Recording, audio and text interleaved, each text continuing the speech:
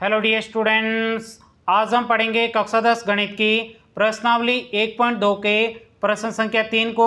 चलिए आज के क्लास को स्टार्ट करते हैं। उससे पहले यदि आपने अभी तक इस वीडियो को लाइक नहीं किया है, वीडियो को लाइक करिएगा। चैनल पे पहली बार आए हो, चैनल को सब्सक्राइब जरूर करिएगा। तो देखिएगा प्रश्न संख्या 3 में कहा जा रहा है, सिद्ध कीजिए कि निम्नलिखित संख्याएं अपरिमेय संख्या है। यानी ये जो आपको संख्याएं दे रखी है, इसको सिद्ध करना है कि ये अपरिमेय संख्या है कैसे है। तो आइएगा बिल्कुल सरल तरीके से हम इस प्रश्न को सोल्व करते हैं। सबसे पहले यहाँ पे आपको संख्या दे रखी है 1/√2। तो यहाँ पे आपको सबसे पहले लिखना है हल।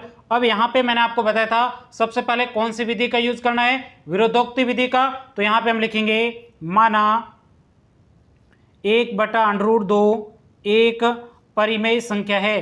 कौन सी संख्या है? परिमेय संख्या है। कौन सी विधि से माना हमने? विरोधोक्ति विधि। तो यहां पे आपको कोष्टक में लिखना है विरोधोक्ति विधि। विरोधोक्ति विधि से। अब ध्यान से देखिएगा साथियों, यदि यह संख्या परिमेय है तो इसको हम किस रूप में लिख सकते हैं? a/b के रूप में। तो यहां पे हम लिखेंगे 1/√2 बराबर a/b। अब ध्यान से देखिएगा साथियों, यहां पे a और b क्या है? सहअभाज्य संख्या है। तो यहां पे हम लिखेंगे जहां a और b सहअभाज्य है। कैसी संख्या है? सहअभाज्य संख्या है। अब ध्यान से देखिएगा साथियों, यहां पे यदि सहअभाज्य संख्या है, इसका मतलब आपको सहअभाज्य संख्या की परिभाषा पता होनी चाहिए। सहअभाज्य संख्या की परिभाषा एक बार देख लीजिएगा। ऐसी संख्या है जिसमें एक दूसरे का भाग नहीं जाना चाहिए और इसके साथ साथ में एक को छोड़कर कोई भी अन्य संख्या का इसमें भाग नहीं जाना चाहिए, वो आपकी संख्या कैसी होती है? सहअभाज्य संख्या। आई बात आपको समझ में? अब ध्यान से देखिएगा साथियों, यहाँ पे आपको क्या करना है? वज्र गुणा करना है। तो यहाँ पे b का गुणा 1 से करना है, √2 का गुणा a से करना है। तो यहाँ पे आपको लिखना है वज्र गुणा करने पर चले वज्र गुणा करते हैं। b का गुणा 1 से करेंगे b।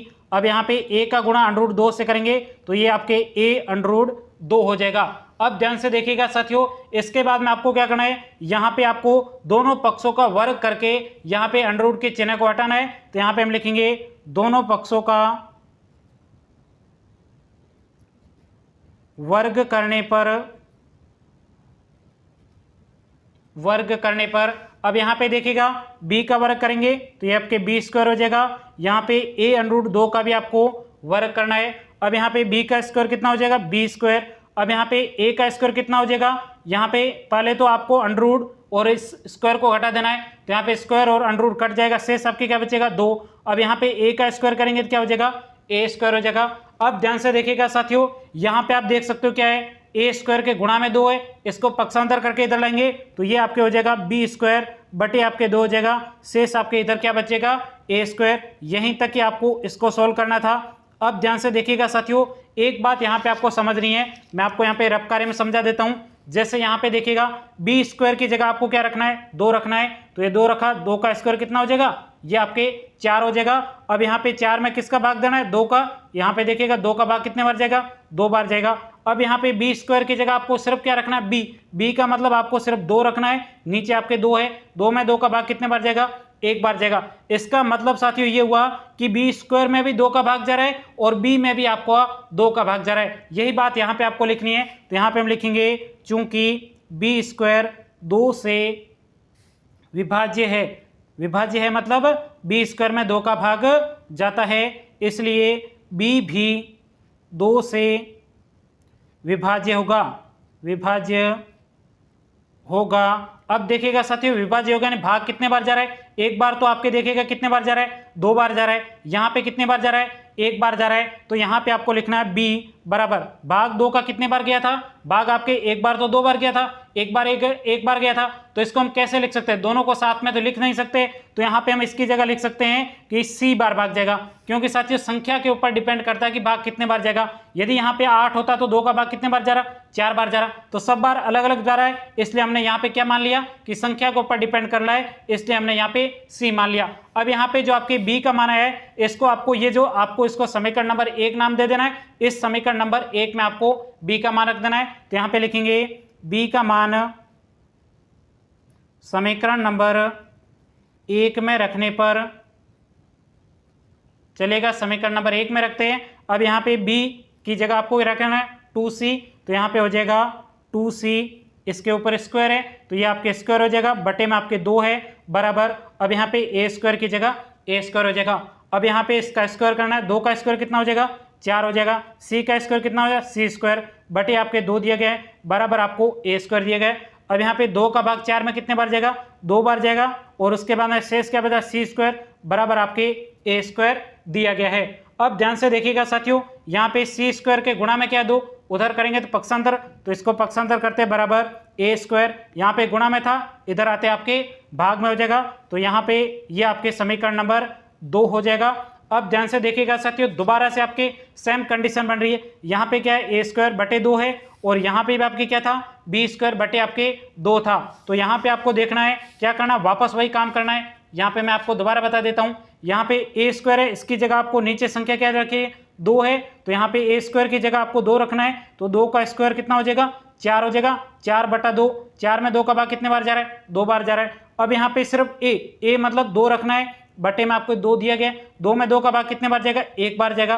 तो सेम कंडीशन है, a स्क्वायर में भी आपके 2 का भाग जा रहा है और a में भी आपके 2 का भाग जा रहा है। यही बात यहाँ पे आपको लैंग्वेज के रूप में लिखनी है, तो यहाँ पे लिखेंगे a स्क्वायर 2 से विभाज्य है, विभाज्य है मतलब भाग जाता है, तो ये आपके चूंकि फिर इसलिए a भी 2 से विभाज्य होगा, a भी आपके क्या होगा 2 से विभाज्य होगा। ये आपके हो जाएगा कथन नंबर बी, और यहाँ पे आपके ये हो जाएगा आपके कथन नंबर ए। अब ध्यान से देखिएगा साथियों, हमने यहाँ पे ए और बी को क्या माना था सह अभाज्य संख्या माना था, यानी ए और बी में किसी भी संख्या का भाग नहीं जाना चाहिए। लेकिन आप यहाँ पे देखिएगा, यहाँ पे प्रश्न में कहा जा रहा है बी भी 2 से विभाज्य होगा, यानी बी में 2 का भाग जा रहा है, और यहाँ पे देखिएगा लिखा हुआ है ए भी 2 से विभाज्य होगा, ए में भी आपके 2 का भाग जा रहा है। इसका मतलब यहाँ पे आपके विरोधाभास की स्थिति हो रही है। यहाँ पे तो कह रहे हैं कि भाग नहीं जा रहा है, लेकिन अंदर कहा जा रहा है कि भाग जा रहा है। इसका मतलब हमने जो माना था वो आपके परिमेय संख्या नहीं है,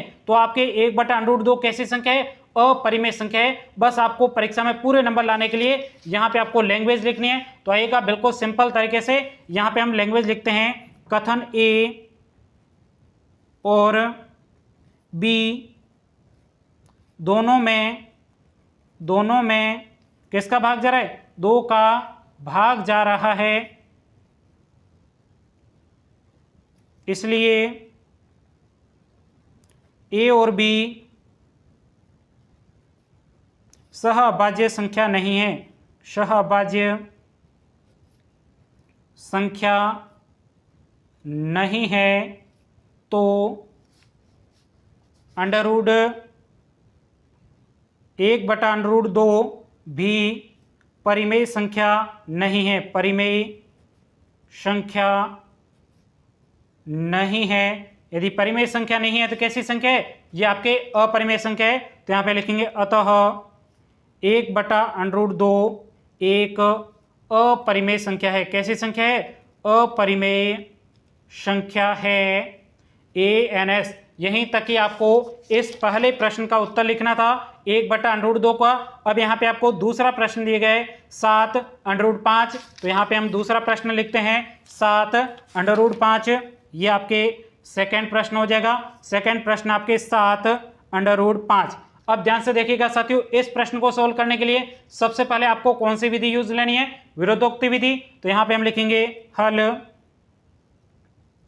अब यहाँ पे आपको लिखना है माना 7/5 एक परिमेय संख्या है। कैसी संख्या है परिमेय संख्या है। कौन सी विधि से हमने माना है विरोधोक्ति विधि, तो यहाँ पे लिखेंगे विरोधोक्ति विधि से।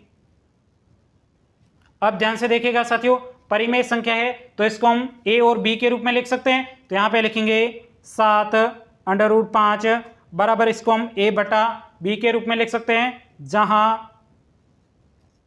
a और b परिमेय संख्या है। कैसी संख्या है परिमेय संख्या है, जहां b बराबर 0 नहीं होना चाहिए। अब ध्यान से देखिएगा साथियों, यहाँ पे आपको क्या करना है, यहाँ पे आपको देख सकते हो 7 क्या है गुणा में, तो इधर क्या करेंगे पक्षांतर, तो यहाँ पे आपके शेष क्या बचेगा √5 यानी अंडर रूट वाली संख्या को एक तरफ लिखना है, बाकी वाली संख्या को दूसरी तरफ लिखना है। यहाँ पे 7 क्या गुणा में, इधर आते भाग में हो जाएगा, a/7 भी हो जाएगा। यहीं तक तो आपको इस प्रश्न को सोल्व करना था। अब ध्यान से देखिएगा साथियों, सिर्फ यहाँ पे आपको लैंग्वेज देखनी है। देखिएगा यहाँ पे हमने a और b को क्या माना है, परिमेय संख्या माना है, तो a और b से मिलकर संख्या कैसी होगी, परिमेय संख्या होगी। यह परिमेय संख्या है तो इसको भी परिमेय संख्या होना चाहिए, लेकिन हम जानते हैं कि √5 एक कैसी संख्या है, अपरिमेय संख्या है। तो इस परिमेय संख्या के बराबर में आपकी अपरिमेय संख्या क्यों आ रही है, क्योंकि हमने यहाँ पे कौन सी विधि यूज की है, विरोधोक्ति विधि यूज की है, इसलिए आपके परिमेय संख्या के बराबर में अपरिमेय संख्या आ रही है। बस यहाँ पे आपको लैंग्वेज लिखनी है कि a और b परिमेय संख्या है, इससे मिलकर सहनी संख्या भी परिमेय संख्या होनी चाहिए, लेकिन हम जानते हैं कि √5 एक अपरिमेय संख्या है। अतः यहाँ पे आपके विरोधाभास की स्थिति के कारण √5 से मिलकर बनी संख्या कैसी होगी, अपरिमेय संख्या होगी। परीक्षा में पूरे नंबर लाने के लिए यहाँ पे आपको बिल्कुल सिंपल भाषा में यहाँ पे आपको लैंग्वेज लिखनी नहीं है, तो यहाँ पे हम लिखेंगे a और b परिमेय संख्या है, परिमेय संख्या है, इससे बनी संख्या क्या बनी संख्या, a/7b परिमेय संख्या है, परिमेय संख्या है। तो √5 भी क्या होना चाहिए, परिमेय संख्या, √5 भी परिमेय संख्या होना चाहिए।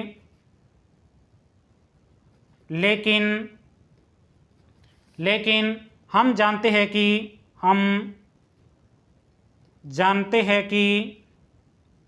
√5 एक अपरिमेय संख्या है। अब यहाँ पे अपरिमेय संख्या, इसका मतलब विरोधाभास की स्थिति हो रही है, तो यहाँ पे आपको एक लाइन लिखनी है, इस विरोधाभास के कारण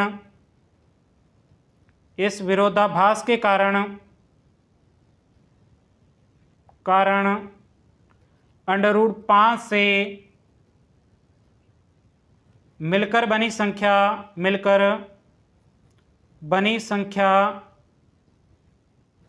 बनी संख्या भी अपरिमेय होगी। कैसी होगी, अपरिमेय संख्या होगी। अब ध्यान से देखिएगा साथियों, यहाँ पे आपको एक लाइन लिखनी है, अतः 7 √5 एक अपरिमेय संख्या है। कैसी संख्या है, अपरिमेय संख्या है। यहाँ तक आपके इस दूसरे प्रश्न का उत्तर लिखना था। अब ध्यान से देखिएगा साथियों, अगला हमारा तीसरा प्रश्न है 6 + √2। तो आइएगा बिल्कुल सिंपल तरीके से हम इस तीसरे प्रश्न को भी सोल्व करते हैं। संख्या दे रखी है आपको 6 प्लस आपके √2 हो जाएगा। अब इस प्रश्न को सोल्व करने के लिए सबसे पहले आपको कौन सी विधि काम में लेनी है, विरोधोक्ति विधि। तो यहाँ पे हम लिखेंगे हल माना 6 + √2 एक परिमेय संख्या है। कैसी संख्या है, परिमेय संख्या है। अब परिमेय संख्या हमने कौन सी विधि से माना है, विरोधोक्ति विधि। तो यहाँ पे आपको कोष्टक में लिखना है विरोधोक्ति विधि से। अब ध्यान से देखिएगा साथियों, यह यदि परिमेय संख्या है तो इसे हम a/b के रूप में लिख सकते हैं। तो यहाँ पे हम लिखेंगे 6 + √2 बराबर हो जाएगा आपके a/b, जहां a और b परिमेय संख्या है। कैसी संख्या है, परिमेय संख्या है। b नॉट इक्वल टू आपके 0 हो जाएगा। अब ध्यान से देखिएगा साथियों, आपको क्या करना है, √ की संख्या को एक तरफ लिखना है, बाकी वाली संख्या को दूसरी तरफ लिखना है। तो यहाँ पे आपके शेष √2 बचेगा, यहाँ पे a/b, यहाँ पे देखिएगा प्लस का 6 पक्षांतर करने पर माइनस का आपके 6 हो जाएगा। अब इसको आगे सोल्व करते हैं, √2 बराबर, अब यहाँ पे क्या है, एक भिन्न है लेकिन दूसरी भिन्न नहीं है, तो इसको भी हम बट्टा में 1 लिखेंगे, जिससे आपके 6 में 1 का भाग देंगे वापस 6 आ जाएगा। तो ये आपके दोनों भिन्न बन जाएगी। अब भिन्न में से यानी a/b में से 6/1 को आपको घटाना है। तो यहाँ पे भिन्नों को घटाने के लिए सबसे पहले आपको एलसीएम लेना होगा। तो यहाँ पे b और 1 का एलसीएम कितना हो जाएगा, b हो जाएगा। अब यहाँ पे b में b का भाग कितने बार जाएगा, 1 बार जाएगा। 1 का गुणा a से करेंगे तो ये आपके a आ जाएगा। उसके बाद में माइनस, अब यहाँ पे 1 का भाग b में देंगे कितने बार जाएगा, b बार जाएगा। b का गुणा 6 से करेंगे तो ये आपके 6b हो जाएगा। यहाँ तक ही आपको इस प्रश्न को सोल्व करना था। अब ध्यान से देखिएगा साथियों, यहाँ पे हमने a और b को क्या माना है, परिमेय संख्या माना है। तो यहाँ पे पूरी संख्या आपके ए और बी से मिलकर बनी है, इसका मतलब ये संख्या कैसी होगी, परिमेय संख्या होनी चाहिए। तो ये भी आपके परिमेय संख्या होनी चाहिए, तो ये परिमेय संख्या नहीं है, क्योंकि साथियों आपको पता है √2 कैसी है, अपरिमेय संख्या है। तो यहाँ पे आपके विरोधाभास की स्थिति क्यों हो रही है, क्योंकि हमने कौन सी विधि यूज की थी, विरोधोक्ति विधि यूज की थी, इसलिए आपके इस परिमेय संख्या के बराबर में अपरिमेय संख्या रही है। बस यहाँ पे आपको लैंग्वेज लिखना है, जिससे आपको परीक्षा में पूरे नंबर मिल जाएंगे। तो यहाँ पे हम लिखेंगे ए और बी परिमेय संख्या है, परिमेय संख्या है, इससे बनी संख्या, इससे बनी संख्या, इससे बनी संख्या, संख्या क्या बनी है, a माइनस 6b/b है, ये आपके कैसी होगी, परिमेय संख्या है, परिमेय संख्या है।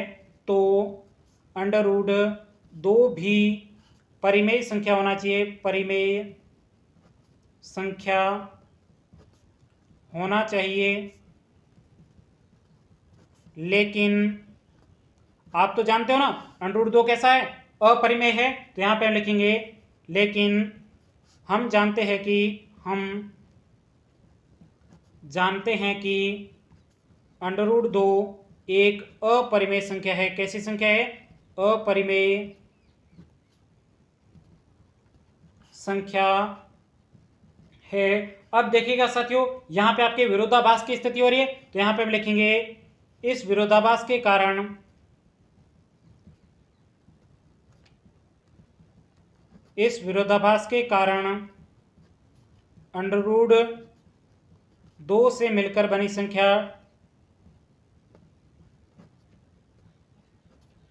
संख्या भी अपरिमेय होगी। कैसी होगी, अपरिमेय संख्या होगी। अतः 6 + √2 एक अपरिमेय संख्या है। कैसी संख्या है, अपरिमेय संख्या है, ANS। यहीं तक कि आपको इस प्रश्न का उत्तर लिखना था। इसके साथ में आपके प्रश्नावली 1.2 कंप्लीट हो जाती है। अब हम मिलेंगे नई प्रश्नावली के साथ में, तब तक के लिए जय हिंद, जय भारत।